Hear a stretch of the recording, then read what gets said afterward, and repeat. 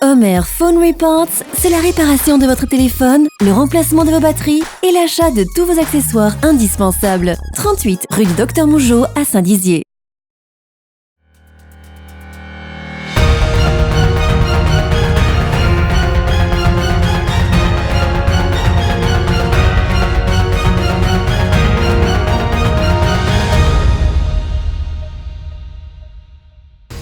Bonsoir à tous, nous sommes le mercredi 27 novembre, bienvenue dans votre journal, voici les titres.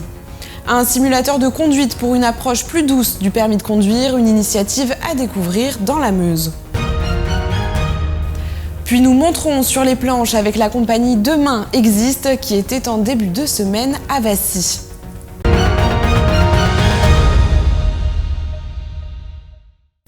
Mais avant de développer ces titres, revenons quelques instants sur l'impressionnant accident qui a eu lieu cet après-midi aux alentours de 13h30 à Baillères-sur-Marne.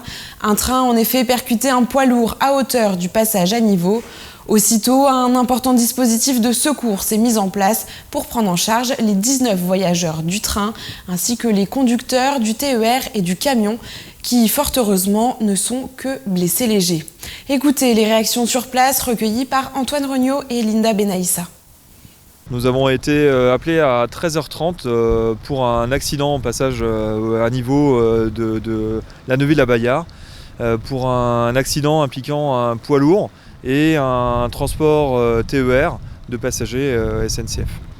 Voilà. Donc à notre arrivée, le premier détachement a pu constater qu'il y avait de la circulation a été bloquée et au cours de la reconnaissance dans le TER a pu constater qu'il y avait que 3 personnes choquées dans la vingtaine de personnes impliquées par l'accident. Pour l'instant, les circonstances sont à éclaircir puisque dans ce type d'événement, les conditions qui ont provoqué l'accident sont encore soumises à l'enquête. Donc pour le moment, je ne peux pas particulièrement vous dire les circonstances qui ont provoqué l'accident. Ce que je relève, c'est surtout que le bilan par rapport à l'impact reste léger. 20 passagers, un blessé léger qui est surtout choqué, qui est le conducteur du train qui n'a pas pu éviter la collision avec le poids lourd qui manifestement était engagé sur la voie. Donc on s'en sort plutôt bien pour un événement qui aurait pu être beaucoup plus tragique. Du côté des voyageurs, certains se sont dit choqués par la violence de la collision. Tous ont pu rapidement reprendre un moyen de transport afin de continuer leur chemin.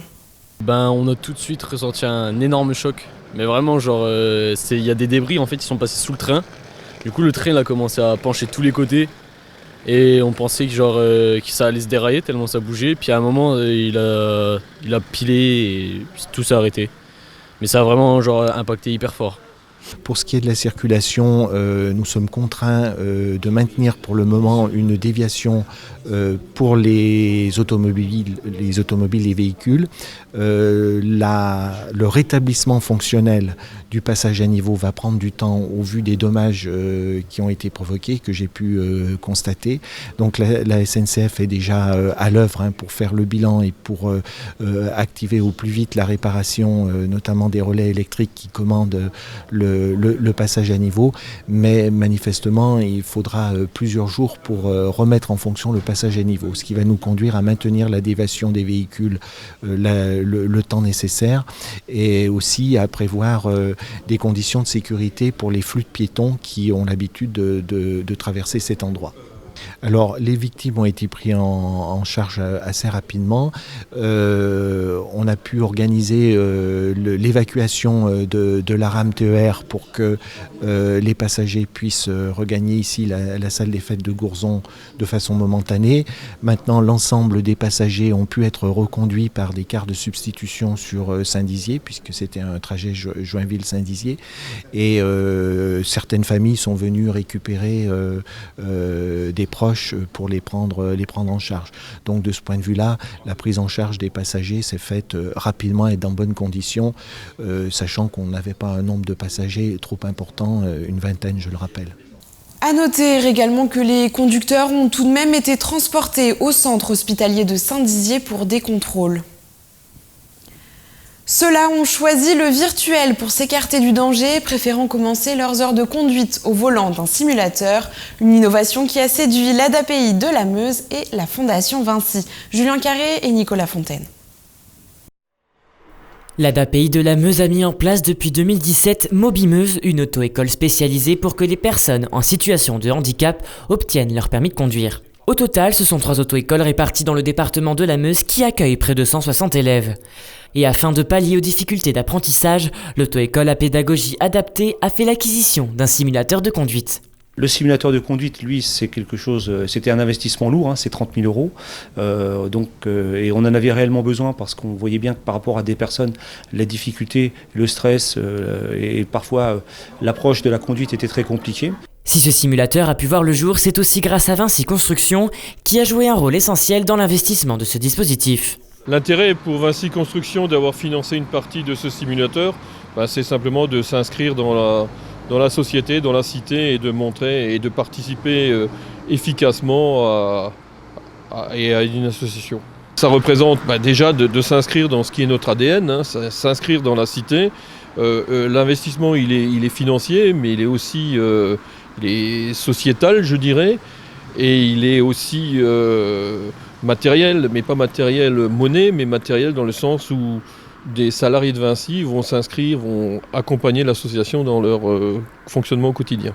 Le passage au simulateur de conduite n'est pas obligatoire, mais il est conseillé puisque grâce à ce dispositif, certains retrouvent confiance en eux et cela leur permet aussi d'appréhender le passage à la conduite.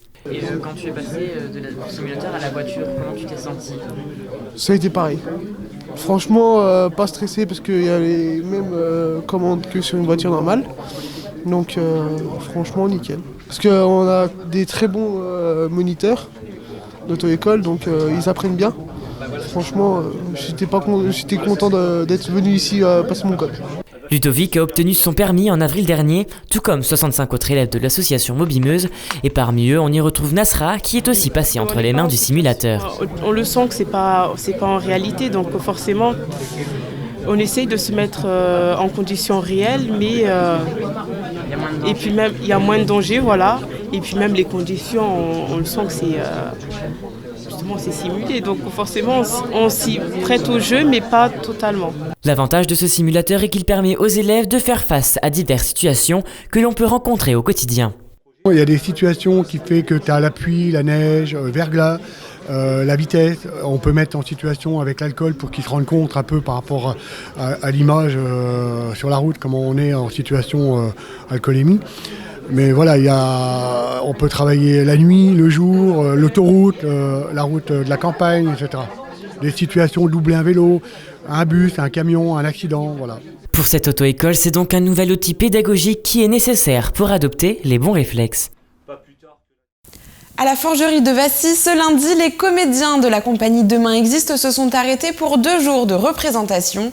Ils ont accepté de laisser rentrer nos caméras dans leur intimité afin de découvrir l'envers du décor. Un joli reportage signé Julien Carré et Nicolas Fontaine. Pour ces 2 comédiens de la compagnie Demain Existe, Pauline et Jules, c'est l'heure des dernières retouches. En effet, dans quelques minutes, ils seront à l'affiche du spectacle La Belle Histoire du Prince de Motordu. Les 2 mordus de théâtre se sont rencontrés au Club Mathieu en 2012 et depuis, ils collaborent ensemble et l'ambiance dans les coulisses est assez détendue. En fait, il joue les 25 premières minutes tout seul sur scène, donc moi ça a le temps de monter, mais lui, moi ça va pour l'instant. Le moment où on se prépare, c'est à la fois bien parce qu'on est dans notre petite bulle, on a notre sas de décompression et à la fois de charge émotionnelle. Parce que justement le stress c'est ce qui nous fait bouger sur scène. Enfin moi en tout cas, si je suis pas stressé, je sais que je vais pas être concentré en fait. Repassage, maquillage, habillage, un passage nécessaire pour devenir le prince de Motordu et la princesse des écoles. L'histoire de ce livre a été écrite par Pierre-Eddy Ferrier en 1980, soulevant la maladie de la dyslexie, et ils en ont fait une adaptation théâtrale. L'histoire en fait d'un prince qui est pas vraiment prince, mais qui est un prince de Motordu justement, en fait qui tord tous les mots. Et donc il vit dans un chapeau, sur la tête il a un château, je confonds, enfin il a un troupeau de boutons, il fait des batailles de poules de neige, etc. Il mange des braises des bois. Il mange des braises des bois, et un jour il va décider de partir sur sa toiture de course pour aller vivre sa belle histoire. Et il va rencontrer la princesse des écoles, qui est institutrice. Et elle va essayer de lui apprendre à détordre les mots, en fait. Durant ce spectacle, les enfants sont mis à contribution et prennent du plaisir à communiquer avec les personnages. En fait, à un moment donné, ça devient les élèves de la classe. Donc ils sont un petit peu, mais justement, en fait, c'est à nous de doser, de pas trop les faire intervenir, parce que sinon, c'est foutu, quoi. Il y a vraiment différents types d'enfants à chaque fois. Enfin, il y en a qui... Bon, ce matin, ils étaient quand même... c'est la première fois qu'ils étaient là. Le bisou, le bisou, le bisou. Ça y est, ils sont prêts, direction les planches.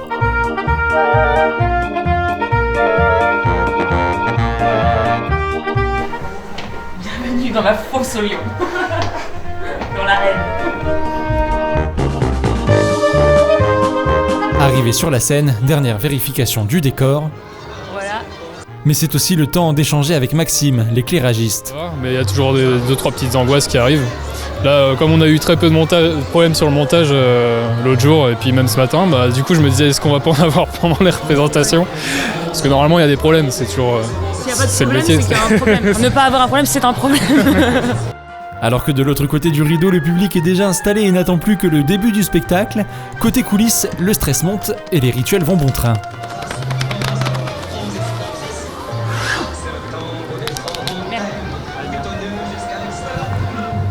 Et du coup, ça vous aide à faire quoi? Ça vous concentre? Ça chauffe le corps, c'est bête, ça réveille quoi. Ça c'est vraiment... on se tape parce que quelque part ça met des petites douleurs, donc ça...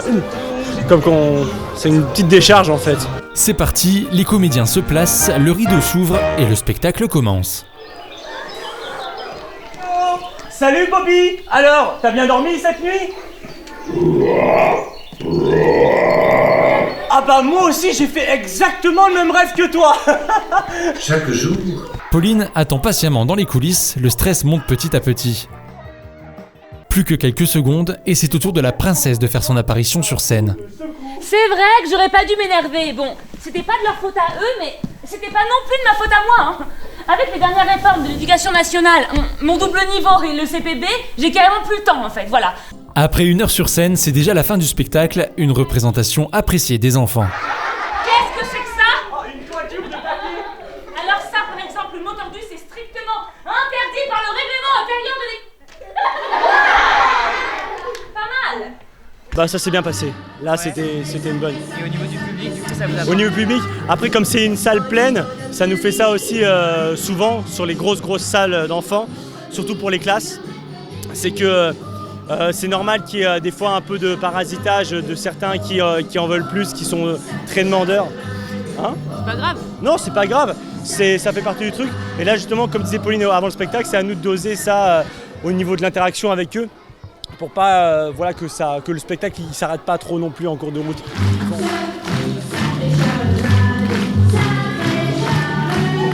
Après 2 jours sur les planches de la forgerie, la compagnie Demain Existe reprend la route, direction Dijon, pour d'autres représentations.